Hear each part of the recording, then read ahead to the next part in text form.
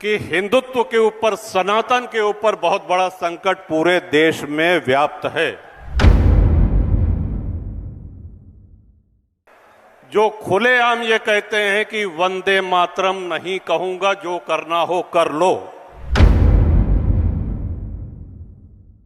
श्री हनुमान जी महाराज के जन्मोत्सव का जुलूस हो, दुर्गा मां के विसर्जन का अवसर हो, हर जगह हम पे पथराव होता है, हर जगह हम पे वार होता है। और जब हम 75% जनसंख्या इस भारत की हैं, हमको अभी तक जवाब देना नहीं आया।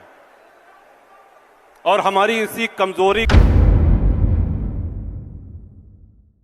है कि जाति पाति की करो विदाई, हम सब हिंदू भाई भाई।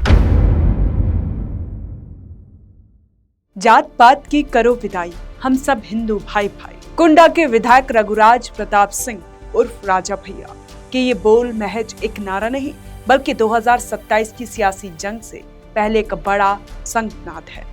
जिस सनातन की राह पर चलने का दावा बीजेपी करती है, क्या अब राजा भैया भी उसी पिच पर बैटिंग करना शुरू कर रहे हैं?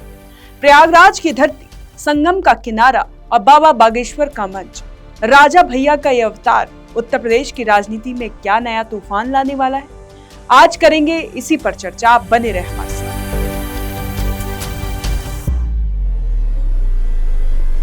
प्रयागराज के अरेल इलाके में संगम तट पर धीरेन्द्र कृष्ण शास्त्री की कथा चल रही।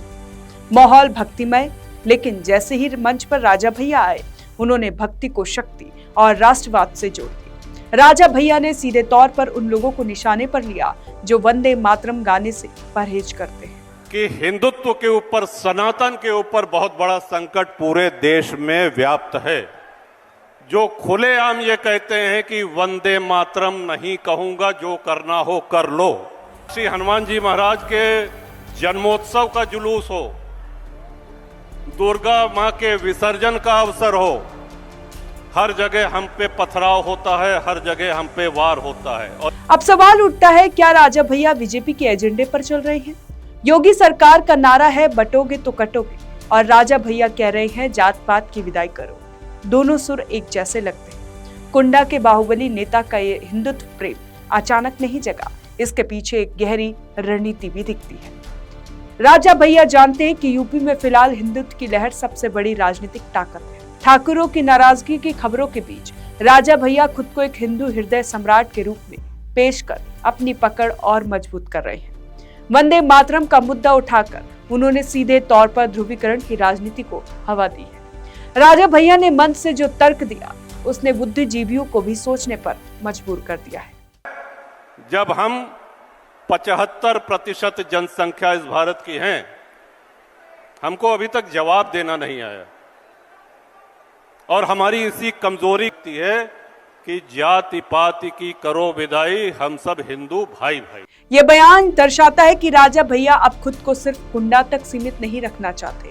वह खुद को सनातन रक्षक के रूप में पैन इंडिया लेवल पर प्रोजेक्ट कर रही है। उनके लिए भारत सिर्फ एक जमीन का टुकड़ा नहीं, बल्कि हिंदुत्व की आत्मा है।